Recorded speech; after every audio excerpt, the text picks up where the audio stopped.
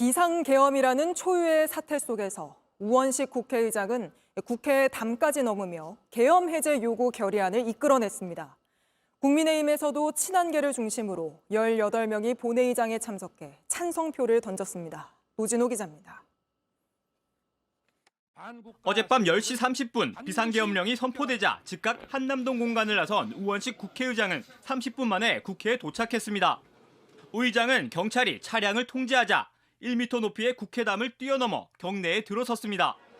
계엄군이 국회로 진입하던 급박한 상황 속에서도 우 의장은 국회를 믿어달라 호소했습니다. 비상계엄 선포에 대해 국회는 헌법적 절차에 따라 대응 조치하겠습니다. 국민 여러분께서는 국회를 믿고 차분하게 상황을 주시해 주시기 바랍니다. 의원들에게 동참을 호소하는 한편 군경에게도 자제를 당부했습니다. 모든 국회의원께서는 지금 즉시 국회 본회의장으로 모여주시기 바랍니다.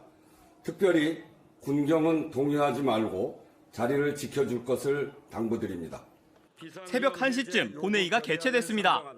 빨리 의결을 진행해달란 의원들의 재촉에도 우 의장은 이럴수록 절차가 중요하다고 했고 결국 비상계엄령 선포 2시간 30분 만에 의결이 이뤄졌습니다. 재석 190인 중 찬성 190인으로서 비상계엄 해제 요구 결의안은 가결되었음을 선포합니다. 이런 가운데 국민의힘 의원들은 오락가락해야만 했습니다. 본회의장으로 오라는 한동훈 대표와 당사로 모이란 추경호 원내대표 사이에 섭니다. 추경호 원내대표가 당사로 안내했다는 것을 알게 되었습니다.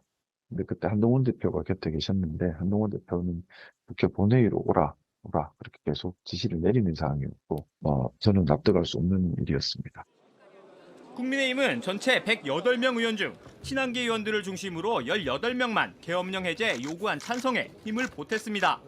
JTBC 노진호입니다. 이 문제는 정파의 문제가 아니고 대한민국 역사와 민주주의 문제이기 때문에 국회의장도 국민의힘 의원들의 투표 참여를 동참을 촉구하면서 저도 한 말씀 드리겠습니다. 대한민국은 국민이 지켜온 나라입니다.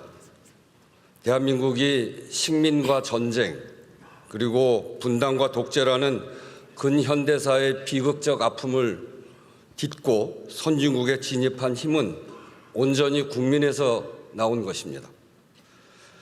대통령의 비상계엄 선포는 이 역사를 부정한 것이고 국민의 자긍심에 큰 상처를 낸 것이기 때문에 옳지 않은 일입니다. 오랜 기간 동안 국민의 피와 눈물로 만들어낸 민주주의입니다.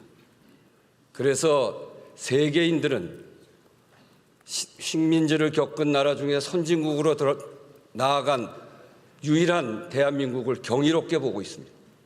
이건 어느 정파의 성공이 아니라 국민들이 만들어낸 민주주의와 경제 성장이 뒷받침되어 있기 때문에 그렇습니다. 어느 누구도 이것을 해쳐서는 안 됩니다. 그런데 이번 비상계엄을 보면서 우리 국민이 놀라고 세계가 놀랐습니다. 대한민국의 민주주의가 저렇게 허약한 것인가? 깜짝 놀라서 쳐다봤습니다. 그런데 또 한편으로 대한민국 민주주의에 대해서 세계가 놀라고 있습니다.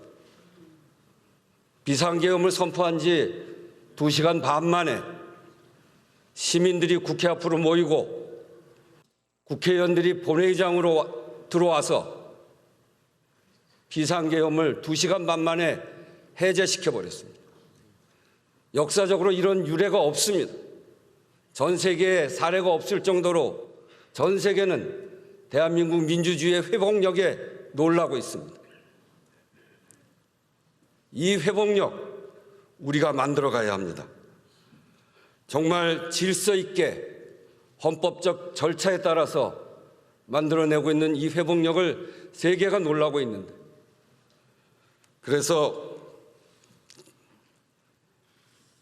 이 대단한 대한민국은 정파를 막론하고 함께 지켜야 됩니다. 그러나 보십시오. 그 부당한 비상계엄에 그 뒤를 처리하는 과정에 투표에 참여하고 있지 않는 이 모습을 국민이, 세계가, 역사가 어떻게 볼 것이라고 생각합니까? 역사의 평가가 두렵지 않습니까? 국민의 평가가 두렵지 않습니까? 세계의 평가가 두렵지 않습니까? 이렇게 해서 수습을 하지 못하는 대한민국, 허약한 대한민국의 민주주의 모습을 보임으로 해서 세계의 평가가 훼손된다면 그것을 책임질 수 있습니까? 지금 여의도는 영하의 날씨입니다. 밤새 시민들을 국회 담장 밖에 세워놓을 수는 없습니다. 거듭 말씀드립니다. 아직 표결에 참여하지 않은 의원님들은 속히 본회의장으로 돌아와 주십시오. 9시 3시간이 되는 9시 20분까지 기다리겠습니다. 꼭 와서 투표에 참여해 주시기 바랍니다.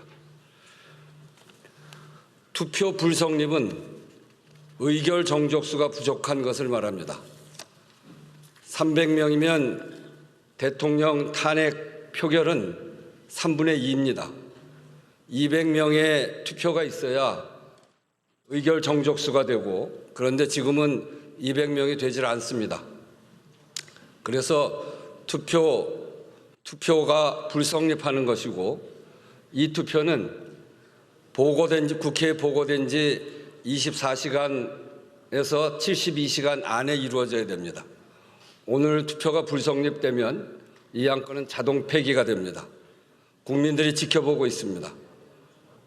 국민의힘 의원님들께서 투표 불성립이라고 하는 부끄러운 역사를 만들지 않도록 꼭 투표에 참여해 주시기 바랍니다. 아침에 한덕수 총리와 한동훈 대표 회담 후에 한덕수 총리가 저에게 전화를 했습니다. 그래서 오늘 담화 중에 있었던 그것과 같이 저를 찾아와서 협력을 당부한다. 국회와 앞으로 성실히 상의해 가면서 일하겠다. 그렇게 이야기를 하길래 여기 오늘 말씀드린 것처럼 국민이 위임한 바 없는데 여당의 당대표와 이렇게 하는 것은 이건 매우 옳지 않다. 그래서 인정할 수 없다. 그렇게 대답을 했습니다. 오늘 이 회동의 안에는 헌법도 없고 국민도 없고 그럼 매우 위헌적이다. 그래서 이런 방식으로는 현재 이 불안정한 우리 국가의 상태를 해결할 수 없다. 그렇게 보기 때문에 지금 가장 중요한 것은 국민들의 불안, 국가적 불안정성 이걸 해결하는 거 아니겠습니까? 그런 점에서 오늘 방식으로는 해결이 안 된다라고 하는 것을 분명히 말씀드리는 것이고, 왜 그러냐면 그게 위헌적이기 때문에 그렇습니다. 권력의 이양을 어떻게 그렇게 합니까? 저는 그런 권력의 이양을 본 적이 없고요. 권력의 이양은 국민으로부터 나오는 권력이기 때문에 국민이 정하고 있는 그런 헌법과 법률의 절차에 따라야 된다. 이렇게 말씀드리는 겁니다. 김대중 대통령 아시다시피 2000년도 6.25 여기서도 무슨 소리인지 잘 안 들립니다. 좀 4억 5천만 들어봅시다. 달러의 돈을 북한에 송금했습니다. 알고 계시죠? 문제가 된 적이 있는 것으로 알고 있습니다. 이거를 처벌하지 않았습니다. 이유가 뭡니까? 통치행위라고 판단한 것으로 알고 있습니다. 통치행위라고 해서 처벌 안 했습니다. 그러면 1997년 대법원 판례를 보면은 비상계엄은 고도의 정치행위, 통치행위로 보고 있습니다. 알고 계십니까? 그런 의견도 있는 것으로 알고 있습니다. 2010년도 대법원 판례에 의하면은 고도의 정치 행위에 대해서는 대통령의 권한을 존중하면서 사법심사를 자제한다. 자제하는 선에서 위헌성을 심판해라. 이게 대법원 판례입니다. 알고 계십니까? 제가 이런 말씀을 드린 이유는 윤상현 의원님. 법률적 검토에 대해서 법무부가 윤상현 의원님. 의견에 대해서 저에게 검토한 것을 가져와 달라는 말씀입니다. 윤상현 의원님. 대통령의 명예에 의해서 군대가 국회에 총을 들고 들어왔습니다. 예. 그거는 그거를 통치행위로 얘기한다는 것이 말이 됩니까? 같은 국회의원으로서. 그래서 우리가 150명을 기다리면서 얼마나 힘들었냐. 조마조마하셨겠군요. 그런데 예. 세상에 나중에 군들이 들어오고 본회의장 유리창 깨고 국회 본청으로 들어왔는데 딱 채워가지고 우원식 의장이 계엄 해제 네. 결의안을 딱 발표하고 네. 바로 우원식 국회의장이 이번에 진짜 잘했어요. 네. 우원식 국회의장이 네네네. 계엄군 전부 철수해라. 경찰도 철수해라. 하니까는 군인들이 다 가더라고요. 가면서 미안합니다. 네네. 하고 가요. 네. 그래서 저는 지금 현재 윤석열의 저 엉터리 같은 계엄이 성공하지 못한 것은 네. 우리 국민 젊은 군인 경찰의 힘이 컸다.